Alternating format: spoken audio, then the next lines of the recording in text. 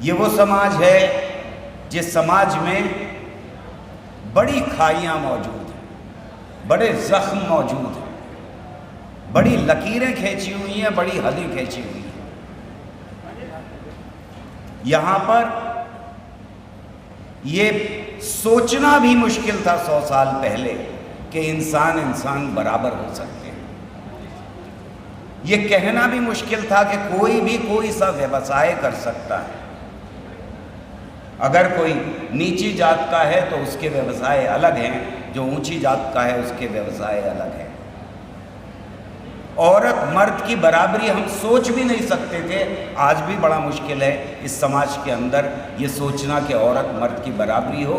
लेकिन हमारे शास्त्र तो यहाँ तक चले गए कि उन्होंने कहा औरतें ढोर डांगर के बराबर हैं, ताड़न की अधिकारी हैं।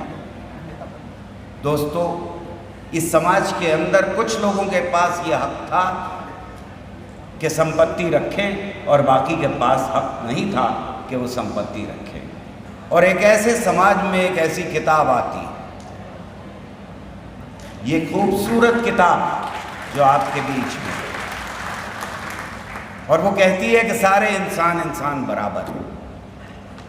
और वो पहली बार कहती है 2500 साल के इतिहास में कि औरत मर्द बराबर है। वो ये पहली बार कहती है कि व्यवसाय करने का हक ये हर हिंदुस्तानी को अपने हिसाब से तय करना हो। वो ये पहली बार कहती है कि कहीं भी रहने का हक हमारे पास है। वो ये कहती है कि सबको संपत्ति अपने अपने रखने का हक, अधिकार हमारे यहाँ। ये किताब एक चमत्कार थी, लेकिन इस किताब को मान क्यों लिया उन लोगों ने जो इस किताब में यकीन नहीं रखते थे?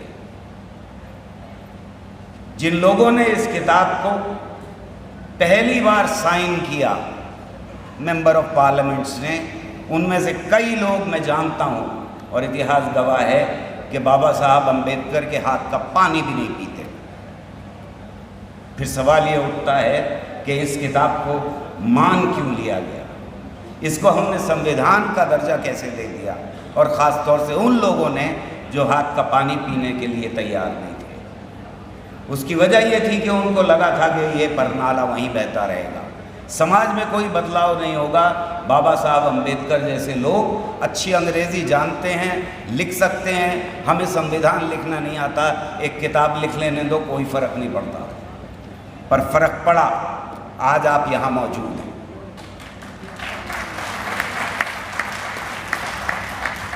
आज यहाँ औरतें मौजूद हैं, मर्द मौजूद हैं, बच्चे मौजूद हैं, और वो अपने हक की मांग करने के लिए मौजूद हैं।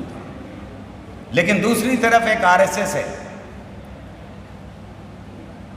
और वो विश्व हिंदू परिषद हो, भारतीय जनता पार्टी हो, बजरंग दल हो, दुर्गा वाहिनी हो, मैं सबको आरएसएस मानता हूँ,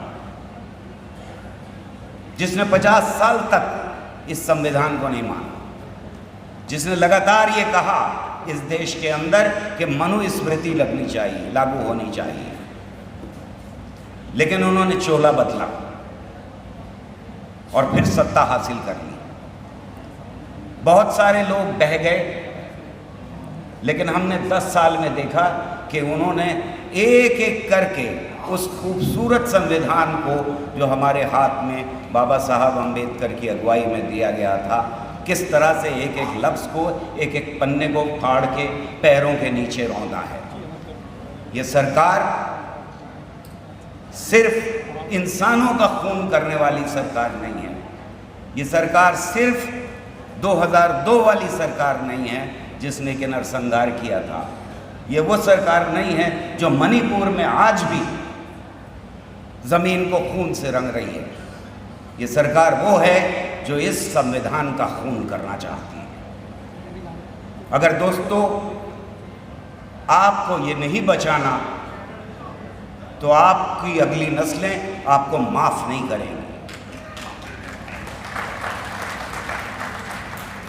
इस संविधान को बचाने की ज़रूरत अगली नस्लों के लिए है। मेरे जैसे बहुत सारे लोग ज़िंदगी जी लिए इस संविधान की छत्र छाया में। हमें बहुत कुछ मिला इस संविधान की वजह से। लेकिन आज अगर इस संविधान के ऊपर हमला है तो हमें समझना होगा कि अगली नस्लें हमें माफ नहीं करेंगी। पर अक्सर ऐसा होता है कि अगर दलितों के ऊपर हमला हो रहा है तो अल्पसंख्यक खामोश हैं, अगर मुसलमानों के ऊपर हमला हो रहा है तो अल्पसंख्यक खामोश हैं, अगर सिखों के ऊपर हमला हो रहा है, उन्हें खालिस्तानी कहा जा रहा है जब वो अपनी मांग के लिए लड़ रहे हैं, तो बाकी लोग खामोश हैं। साथियों, इनमें से हर एक हमला संविधान के ऊपर हमला है। जब 100 से ज़्यादा एमपीज निकाले जाते हैं पार्लियामेंट से अवैध तरीके से, जब झूठे इल्ज़ाम लगा करके नौजवानों को सलाखों के पीछे बंद किया जाता है और उनके ऊपर यूएपीए लगाया जाता है, एनएसए लगाया जाता है, तब इस संविधान के ऊपर हमला होता है। और अगर आप उस वक़्त उठने को तैयार नहीं हैं तो फिर आप संविधान के साथ नहीं खड़े हैं। समझ लीजिए कि हर छोटा हमला संविधान को पैरों के नीचे कुचलने वाला हमला है, और इस 10 साल में हमने ये हमले लगातार देखे हैं। मैं आपसे अपील करने आया हूँ कि अब संविधान को बचाने के लिए वोट करना ज़रूरी है। हमारे पास ये एक बड़ा हथियार बाबा साहब अम्बेडकर की अगुवाई में हमने अपने आप को दिया था, हमारे पूर्वजों ने हमको दिया था।